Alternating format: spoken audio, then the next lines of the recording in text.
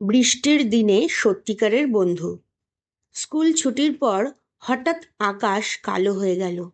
তারপর শুরু হলো প্রবল বৃষ্টি। সবাই তাড়াতাড়ি ছাতা খুলে বাড়ির দিকে দৌড় দিল। কিন্তু রবি এক কোণে দাঁড়িয়ে রইল। তার কাছে কোনো ছাতা ছিল না। নীলা একটু দূরে গিয়ে হঠাৎ থেমে গেল। সে পিছনে তাকিয়ে রবিকে ভিজতে দেখে ফিরে এলো। সে বলল, চলো আমরা একসাথে যাই। রবি বলল, তাহলে তুমিও ভিজে যাবে। নীলা হাসল।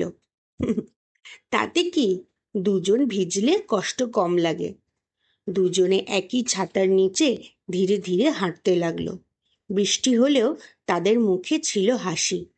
সেদিন রবি বুঝল, সত্যিকারের বন্ধু সেই যে কঠিন সময়ে পাশে থাকে।